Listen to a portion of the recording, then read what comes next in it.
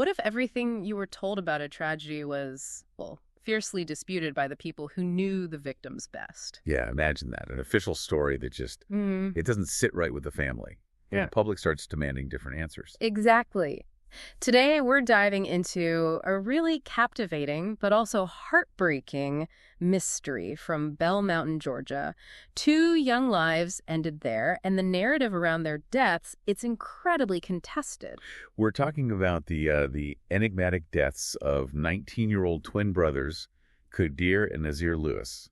They were found tragically shot on Bell Mountain back in March 2025. Yeah. And for this deep dive, we'll be pulling from, a whole range of sources. Official Georgia Bureau of Investigation reports the GBI local news articles. But also the really powerful, passionate voices of the family members themselves.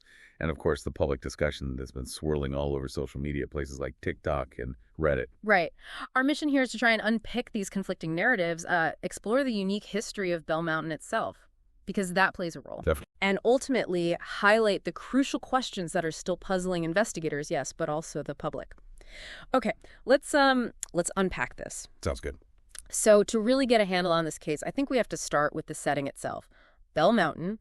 Now, for those of you familiar with Georgia, you might know it. It's a stunning natural site up in Towns County, famous for these breathtaking panoramic views. You can see Lake Chateaus, the Appalachian Mountains stretching across Georgia, North Carolina, Tennessee. It sounds idyllic, doesn't it? Like a perfect escape. It really does.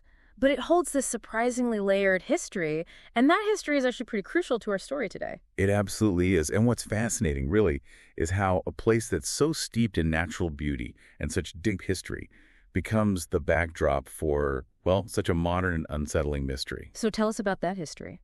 Well, this 18-acre summit, Bell Mountain, it originally belonged to the Cherokee Nation. Okay. Then after the Indian Removal Act in the 1830s, it was acquired by Towns County.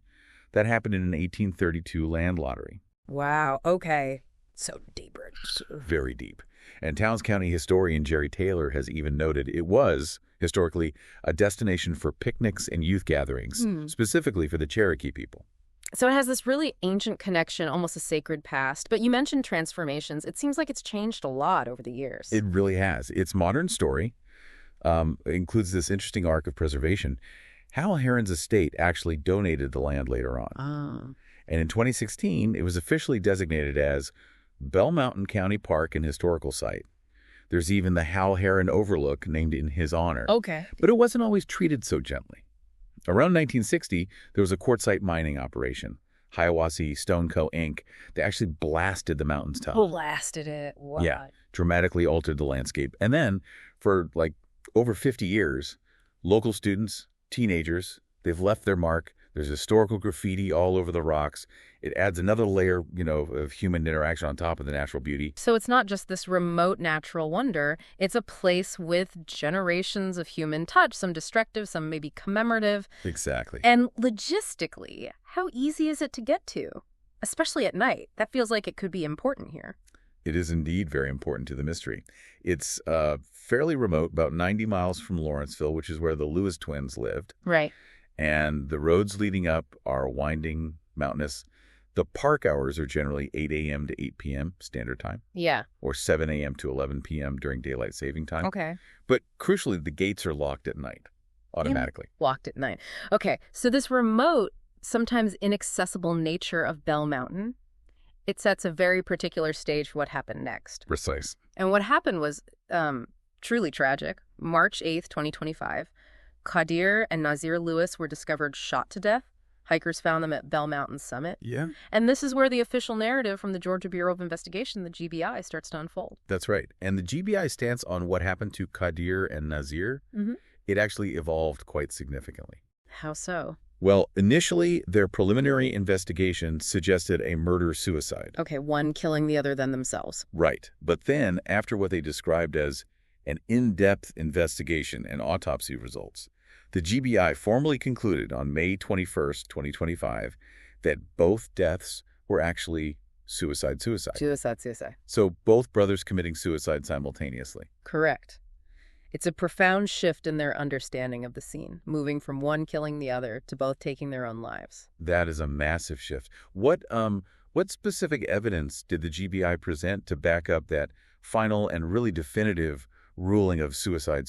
They laid out several key pieces of evidence. First, they pointed to cellular location data and surveillance footage from various points along their route. Okay. This, they said, showed the brothers traveling alone from their home in Lawrenceville all the way to Bell Mountain.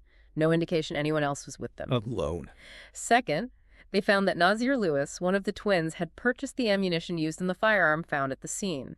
It was delivered to their home on March 5th, so just days before their bodies were discovered. Right before. Wow. Third, they looked at their phone internet history, and they found searches for topics like how to load a gun and suicide statistics from 2024. Suggesting a particular state of mind, maybe, or at least research into it. That's certainly how the GBI interpreted it. Those internet searches, combined with the ammunition purchase, they seemed like key pillars in the argument for premeditation. And I guess that kind of digital footprint, the searches, the purchase records, that must be huge in investigations like this now, right? Oh, absolutely. It's incredibly powerful in modern investigations. You can potentially paint a picture of intent or planning or a state of mind that's otherwise really difficult to pin down. So for the GBI, these specific searches plus the ammo, it would logically point towards a deliberate act, supporting their suicide conclusion. Exactly. Indicating a shared plan, or at least a simultaneous one. Okay. And what about the physical evidence at the scene itself? Well, on the forensic side, the GBI stated that both brothers had actually fired the weapon used in the incident. Oof. Both. And their injuries appeared to be self-inflicted. Yeah. The crime scene itself, according to the GBI, showed no signs of a struggle, no forced entry, nothing stolen. So not a robbery gone wrong or anything like that? Doesn't seem like it. Their camping gear, other belongings, they were found intact, which suggested it wasn't a violent altercation with some outside party. Okay. And then there was this detail about a planned trip to Boston. This adds another layer of confusion, actually. Boston? What about it? Well, the GBI found that only Naazir Lewis had an airline ticket for a flight scheduled for March 7th. Only Naazir? Yeah. And according to records, he actually went to the airport alone on March 19th. That's after the bodies were found. Obviously, a reporting error, perhaps in the timeline provided by sources, or a typo in the initial date. But the key point is, he went alone later, but never boarded the plane. Huh. But didn't the family say something different about the tickets initially? That's the thing. It raises questions because initial reports, perhaps fueled by early family statements, suggested both twins had tickets found with them. This later clarification that only Naazir had one and went to the airport alone later just adds to the complexity and the conflicting information swirling around. Okay. And this is where the case gets really complicated, isn't it? Because the GBI's ruling, it just stands in such stark contrast to what the Lewis family believes. Their conviction is unwavering. Absolutely unwavering. They have a completely different story, a different interpretation, and a significant chunk of the public has really rallied behind them. It's not just about conflicting evidence, then. No, I mean, it's a stark illustration of how public trust in official narratives can just evaporate, especially when investigations seem to leave critical questions unanswered, particularly for those closest to the tragedy. So what are the family saying? They vehemently dispute the GBI's conclusion. They allege foul play. Some even suggest a potential cover-up. They describe the twins as happy, upbeat, inseparable. They insist there was no known history of conflict between them. Inseparable. Yeah.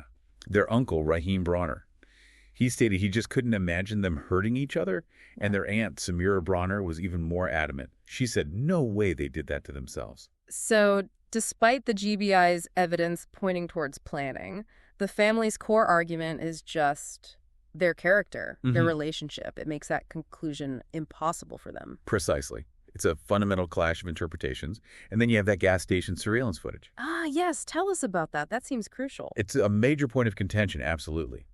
And it fuels so much of the family's skepticism, and the public's too. It's from the night of March 7th, around 10:30 p.m. Just hours before they would have died. Exactly. And it showed them, apparently, calmly eating snacks, laughing, chatting with strangers, and acting completely normal. Completely normal. Laughing. Yeah. Which, directly contradicts any idea of them being in deep pre-suicide distress or having some major conflict between them or being just moments away from a joint suicide pact. It doesn't seem to fit that picture at all. It doesn't. And the family also vehemently insists the twins had never been to Bell Mountain. They don't know anything about Hiawassee, the nearby town. So they question how they even ended up there. Right. How did these two young men, totally unfamiliar with this remote area, find themselves at the summit, especially given the park gates lock at night and seemingly without any distress just hours before their deaths. It's a huge question for the family. And didn't the GBI mention something about their phone location data being patchy right around that time? They did. The GBI stated they were not able to ping their location 30 minutes before reaching the mountain. Which, for the family, must sound like a red flag. Exactly. Why was there a gap in the location data, precisely when they would have been arriving at this remote, unfamiliar place? It just adds to their suspicion. And the Boston trip tickets. You mentioned the discrepancy. How did the family see that? Well, the family initially stated, or at least reports suggested, they stated that unused airline tickets for Boston were found in both their wallets when their bodies were discovered. Both wallets, okay. So when the GBI later said only Naazir had a ticket and went to the airport alone much later, that discrepancy, whether it was a misunderstanding or changing information, it definitely fueled skepticism about the official account. It fed into the family's belief that the narrative was incomplete, maybe even inaccurate. This case also had that really unusual side event, the firefighter arrest. That must have poured gasoline on the fire of public distrust. That's a critical point, yeah. Scott Curlin, a 42-year-old firefighter, arrested for misdemeanor obstruction. Why? For taking unauthorized photos of the death scene and sharing them publicly. Sharing crime scene photos? Apparently so. And that just deepened public suspicion immensely. You know, when you have official attempts to control information, even for legitimate reasons like protecting an investigation, Can backfire. It can totally backfire. It paradoxically increases public curiosity and distrust. It makes people think, what are they hiding? And that's where social media comes in. Big time. On TikTok, on Reddit, the hashtag Justice for Qaadir and Naazir just took off. It became a rallying cry. You saw so many users talking about a cover-up by police, demanding transparency from the GBI, feeling like, quote, this is the beginning of something way bigger and darker. And amid all that online discussion, those sundown town allegations also surfaced, didn't they? Adding another really difficult layer. Yes, they did. Some social media users raised concerns about Towns County potentially being a sundown town. And just for our listeners, a sundown town refers to places that historically enforce the exclusion of Black people after dark, often through intimidation or violence. Right. Now, it's really important to state, local residents dispute this claim about Towns County today. They point to the area's demographics, tourist activity. But the fact that this discussion even came up shows how historical grievances, these deep societal anxieties, even if they're disputed in the present, can get woven into specific incidents like this. It amplifies skepticism. It demands accountability that goes beyond just the immediate facts of the case. And wasn't there mention of another death on that same mountain? Yes, some commentators pointed that out. Apparently, another Black man was found deceased on the same hill about 2 years prior. That death was also ruled a suicide. For some, seeing that perceived parallel just added to their concerns, suggesting a potential pattern where others might just see a tragic coincidence. So, okay, what does this all mean? We've got these two vastly different narratives sitting side by side. The official GBI conclusion and then the family's disbelief, echoed by so many online. It leaves us with just a host of unanswered questions. It really does. And the conflict between those two narratives is striking. It's the absolute core of the mystery. The fundamental conflict being just that stark difference. The GBI's clinical suicide ruling versus the family's deeply personal, unwavering belief that their sons were murdered. And the timeline puzzle. That seems huge. Critical. How do these twins go from, calmly eating snacks, acting completely normal at 10:30 p.m. to being found dead on a remote mountain where the gates lock at night just hours later? That disconnect between their observed state and the alleged final act is just incredibly difficult for the family and many others to reconcile. And the Boston trip? That still feels like a loose end. It certainly is. Those conflicting narratives, who had tickets, who went to the airport when, what was the real purpose?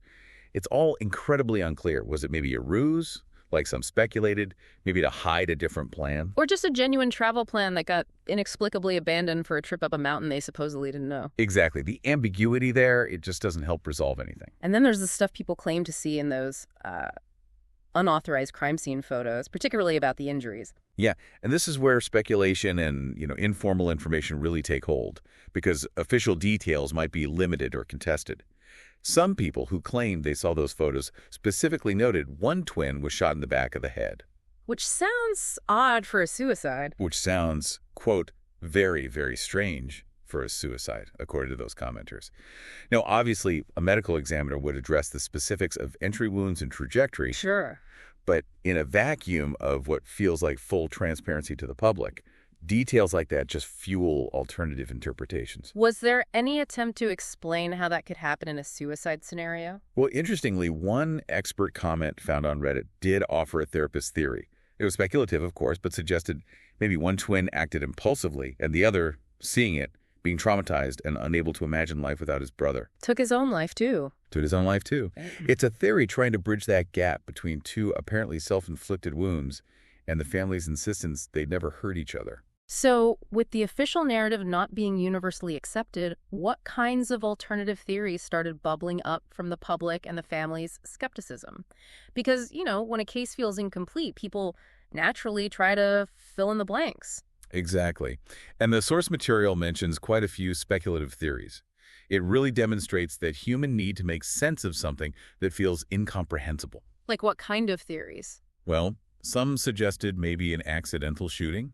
Perhaps they were experimenting with a newly bought gun, something went wrong. And the other twin couldn't cope. Followed by a grief-induced suicide by the surviving twin.